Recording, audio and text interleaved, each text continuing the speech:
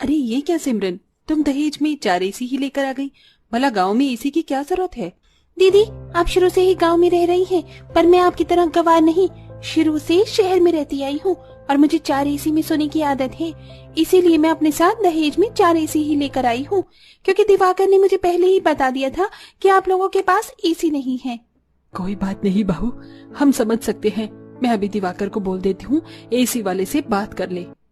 इतना बोलकर आशा वहां से चली जाती और दिवाकर एसी वाले से बात कर लेता है। अगले ही दिन एसी वाला आकर सिमरन के कमरे में चारों एसी लगाकर चला जाता है। ऐसे ही कुछ दिन बीत जाते हैं और जहां सिमरन अपने कमरे में एसी की ठंडी हवा खा रही होती है, तो वहीं सुमन भी मौका मिलते ही खेत चली जाया करती। ऐसे ही एक दिन, माँ जी सिमरन, देखिए ना, आज का मौसम कितना अच्छा हो रहा है। मैं पापा जी को सब्जी के खेतों में खाना देने के लिए जा रही थी। मैं तो कहती हूँ कि आज आप दोनों भी मेरे साथ चलिए, घंटे 2 घंटे वहीं बिता कर आएंगे।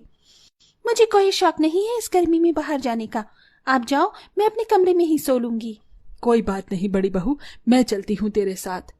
गंवारपन की भी हद होती है। इन लोगों को एसी से ज्यादा बाहर की हवा पसंद है, वो भी इतनी गर्मी में। जहां मन ही मन सिमरन मुंह बना रही होती है, तो वहीं सुमन अपनी सास के साथ अपने ससुर के लिए खाना लेकर खेत में जाती है, जहां विनोद सब्जियों के खेत में पानी दे रहा होता है। सुनिए जी, कुछ हरी सब्जी तोड़ लेना और अब जाकर पहले खाना खा लीजिए। हाँ हाँ भाग्यवान, बस अभी आता हूँ। इस तरह सुमन अपनी सास और ससुर के साथ वहीं पर बैठकर खाना खाती है और कुछ देर बाद आशा अपने पति और बहू के साथ कुछ सब्जियां खेत से तोड़कर घर ले जाती है। इसी तरह कुछ दिन बीत जाते हैं और एक रात, बहू रात हो गई, जल्दी से खाना लगा दे, तेरे ससुर जी भी खेत से आते होंगे। भाभी मेरा खाना कमरे में ही लगा देना, मैं तो एसी की हवा में बैठकर ही खाऊंगा। इतना बोलकर दिवाकर अपने कमरे में चला जाता है और सिमरन के साथ एसी में खाना खाता है।